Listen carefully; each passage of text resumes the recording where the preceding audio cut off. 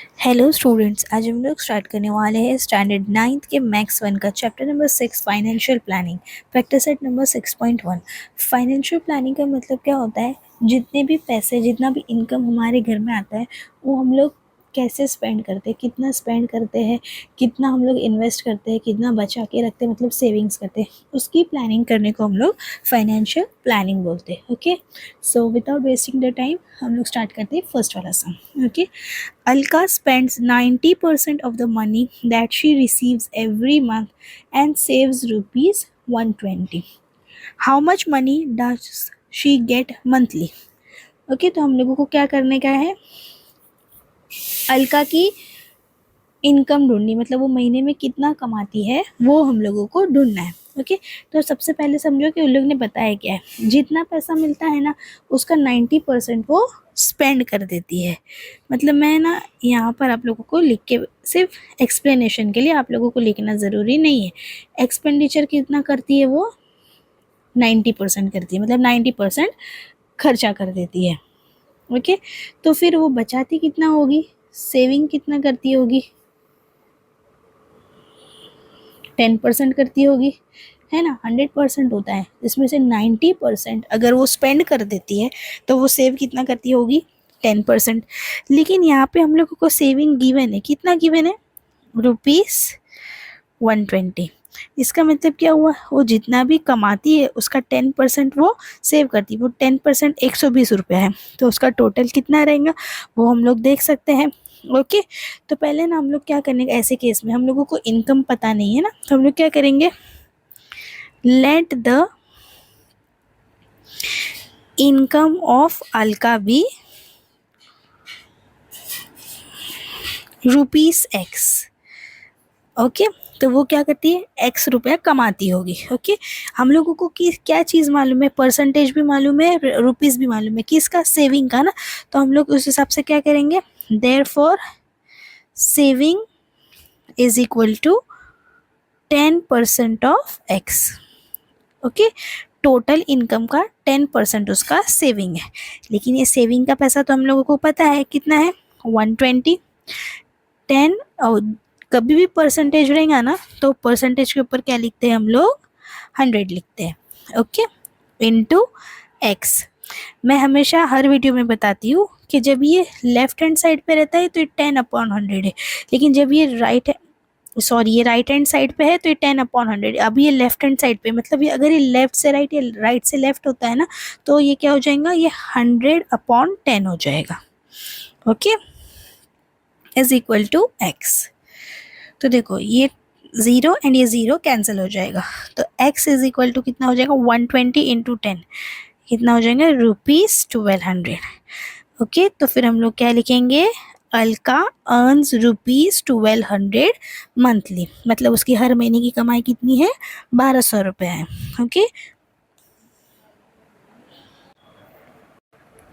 Okay, तो अभी start करेंगे second one.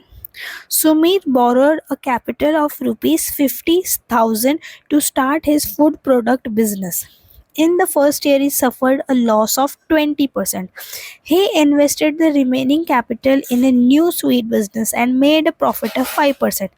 How much was his profit or loss computed on his original capital?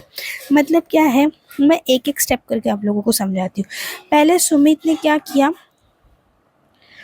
Capital बोरो किया, मतलब किसी के पास से पैसे लिया। ओके, कितने लिया उसने, 50,000, और उसने उसके बिजनेस में लगा दिया।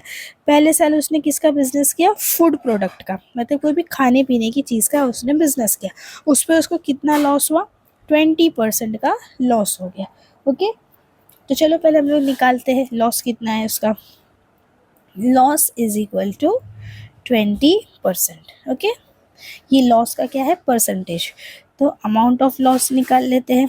Amount of loss is equal to 20% of 50,000, मतलब 50,000 का 20%, ये हो गया 20/100 इंटू 50,000। तो देखो ये 2 0 कैंसिल और ये 2 0 कैंसिल, तो ये कितना हो गया, 500 इंटू 20, मतलब ये हो गया ₹10,000।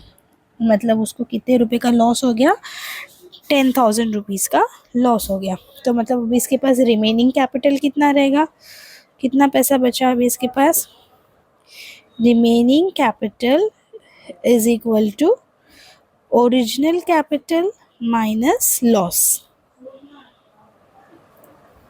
ओके, तो ओरिजिनल कैपिटल कितना था इसका, 50,000। ओके, लॉस कितने रुपए का हो गया, 10,000। तो अब इसके पास, बेचारे के पास कितने रुपए बचे, सिर्फ 40,000 रुपये बचे। ओके, तो इसने क्या सोचा, अभी लॉस हो रहा है ना, तो जान दो, दूसरे बिजनेस में लगा देता वो पैसा। तो मतलब अभी ये जो पैसा बचा ना उसके पास 40,000, ये उसने दूसरे बिजनेस में लगाया। कौन से बिजनेस में लगाया, मिठाई के बिजनेस में, स्वीट्स के बिजनेस में। और उसमें उसको कितना प्रॉफिट हुआ, 5% प्रॉफिट हुआ। ओके, तो अभी 5% हम लोग किस पे कैलकुलेट करेंगे, 40,000 पे कैलकुलेट करेंगे। ओके, अभी हम लोग लिखेंगे प्रॉफिट इन न्यू बिजनेस या तो स्वीट्स बिजनेस। कितना प्रॉफिट हुआ उसको, 5% हुआ है। ओके, तो अमाउंट ऑफ प्रॉफिट निकालेंगे पहले। अमाउंट ऑफ प्रॉफिट कितना है, 5% ऑफ 40,000। ओके, गलती से भी 50,000 पे मत निकालना, क्योंकि 50,000 में से 10,000 तो नुकसान हो चुका है पहले। तो देखो, परसेंटेज के ऊपर हमेशा 100, जिसके साथ परसेंटेज रहेगा उसके नीचे 100 लिख देने का, इंटू 40,000। ओके, तो ये कितना हो जाएगा, 8 5 ज़ा 40, ये सॉरी 4 5 ज़ा 20, और ये कितना, 1 2, मतलब उसको कितने रुपए का प्रॉफिट हुआ है, सिर्फ 2,000 रुपये का प्रॉफिट हुआ है।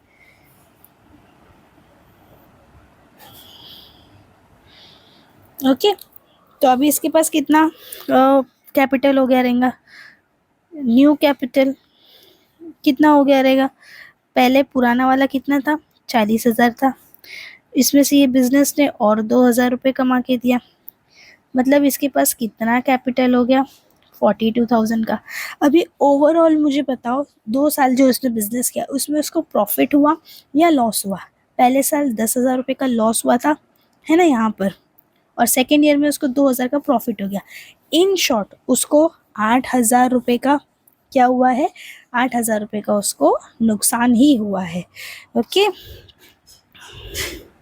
तो यहाँ पे अपने को लिखने का, since the new capital is less than the original capital, since, मैं लिख देती हूँ, okay, new capital is less than original capital, Sumit नाम है ना उसका, हाँ, Sumit suffered loss of ₹8,000। Okay, 8,000 रुपये का क्या हो गया, उसको लॉस हो गया।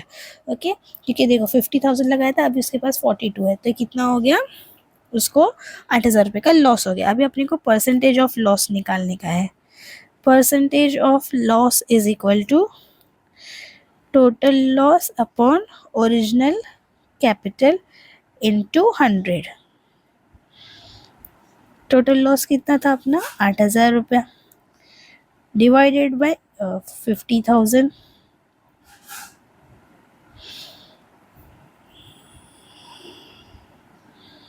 इंटू 100। ओके, ये दो, तो ये कितना हो गया, 5 1 ज़ा 5, और 5 इधर भी 5 1 ज़ा 5, इधर बचेगा 3, 5 6 ज़ा 30, मतलब कितना परसेंट लॉस हुआ उसको, 16% लॉस हो गया। ओके, अभी नेक्स्ट क्वेश्चन करेंगे।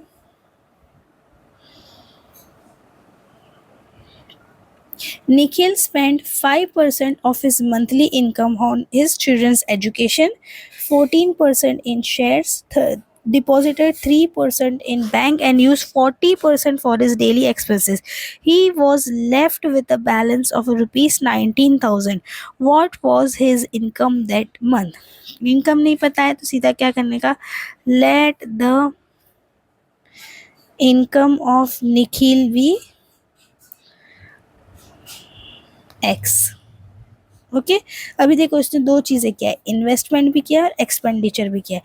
ये मैं सिर्फ आपकी अंडरस्टैंडिंग के लिए लिख रही हूँ। ओके, एक्सपेंडिचर कितना किया है, देखो 5% उसने बच्चों की स्टडी पे डाला है और 40% उसने घर के काम के लिए डाला है। मतलब कितना किया उसने, 45% एक्सपेंडिचर कर दिया है। ओके, और इन्वेस्टमेंट, इन्वेस्टमेंट मतलब खर्चा नहीं होता है, अपन ने कहीं पे पैसे लगा के रखे हैं। कितना किया है, देखो 14% शेयर्स में लगाया है प्लस 3% बैंक में जमा करके रखा है। मतलब कितना हुआ, 17%। मतलब उसकी इनकम में से टोटल कितना पैसा चला गया है बताओ, 14 और 7 कितने, सॉरी 45 और 17, 7 और 5 कितना हुआ, 12 62।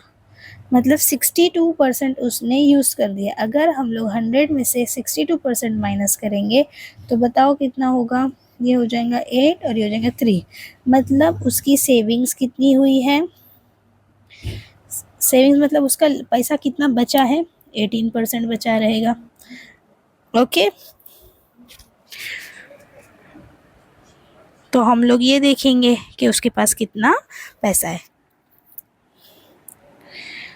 फर्स्ट वाले सम के जैसा ही है ये, savings is equal to 18% of X, है ना। सेविंग्स कितनी थी, 90,000, sorry 19,000 is equal to 18% of x.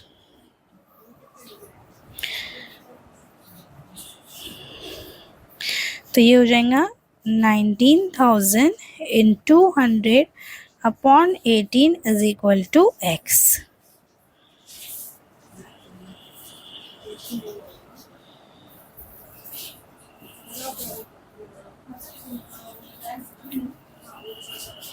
Sorry savings इसकी 18 नहीं 38% है ना।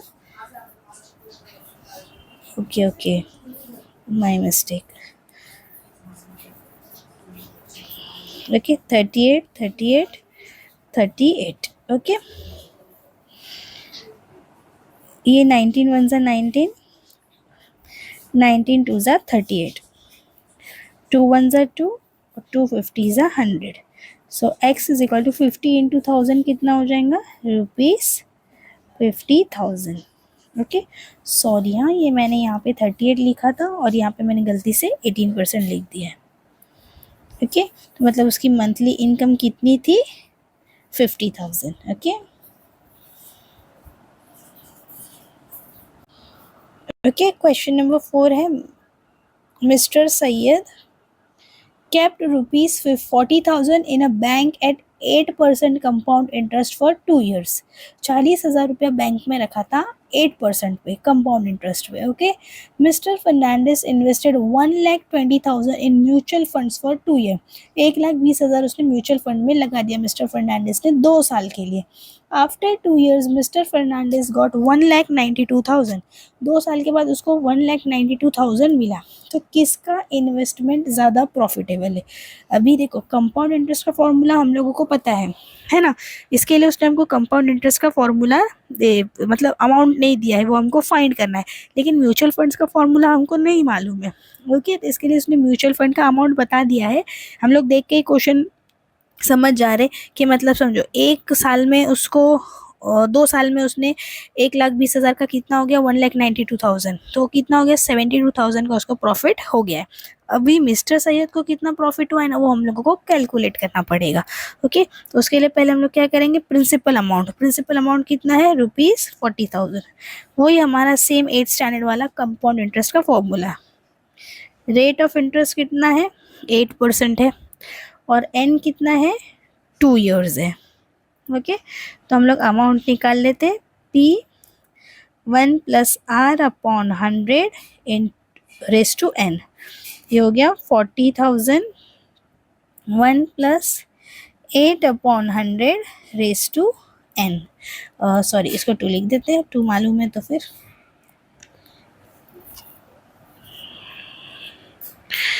तो ये हो जाएगा 40,000 इंटू, देखो ये क्रॉस मल्टीप्लाई हो जाएगा, 100 ज़ा 100, 1 8 ज़ा 8 और नीचे रहेगा 100। तो ये हो जाएगा 40,000 into 108 upon 100 into 108 upon 100. Okay.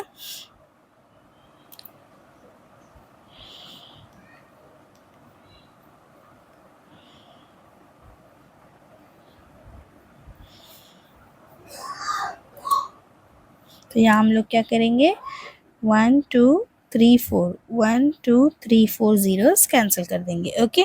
तो अभी क्या करेंगे हम लोग, 108 इंटू 108 इंटू 4 करेंगे. 108 इंटू 108 इंटू 4. तो हमारा अमाउंट आएगा, ओ सॉरी, ₹46,656. ओके. तो ये हमारा अमाउंट हो गया. अभी कंपाउंड इंटरेस्ट हम लोग कैसे निकालते हैं, अमाउंट माइनस प्रिंसिपल. तो अमाउंट कितना है, 46,656 माइनस 40,000. ओके. तो ये हो गया ₹6,656. ओके. तो पहले हम लोगों को इसका प्रॉफिट का परसेंटेज ढूंढना पड़ेगा, परसेंटेज ऑफ प्रॉफिट. ओके. कितना परसेंट प्रॉफिट हुआ, मतलब उन्होंने कितना इन्वेस्ट किया था. पहले मैं पूरा फॉर्मूला लिख देती हूँ. Profit upon investment into 100. Okay. तो प्रॉफिट कितना हुआ, 6,656. ओके. और इन्वेस्टमेंट कितना था, 40,000 इंटू 100. ओके. सी देखो, ये 2 ज़ीरो, ये 2 ज़ीरो कैंसिल हो गए. ओके. तो देखो 4 के टेबल में ये 100 ज़्यादा है और 4 के टेबल में 4 1 ज़ा 4, 4 6 ज़ा 24, अगेन 2 बचा, 4 6 ज़ा 24, 1 बचा, 4 4 ज़ा 16. तो ये हो गया 1664 अपॉन 100. तो ये क्या हो गया, 16.64%. ओके. हम लोगों ने परसेंटेज क्यों निकाला, क्योंकि देखो दोनों के अमाउंट अलग अलग थे, है ना. इसने 40,000 इन्वेस्टमेंट किया था, उसने 1,20,000. अगर दोनों ने सेम अमाउंट इन्वेस्ट किए रहते ना, तो हम लोग माइनस करके देख लेते कि हाँ भाई इसको इतना प्रॉफिट आया, उसको इतना प्रॉफिट आया. लेकिन दोनों ने अलग अलग अमाउंट इन्वेस्ट किए थे, इसके लिए हम लोगों को परसेंटेज निकालना कंपलसरी था, ताकि हम लोग पता कर सके कि किसको ज़्यादा प्रॉफिट हुआ है. ओके. अभी ये तो डायरेक्टली हो जाएगा. Amount invested by mister Fernandes,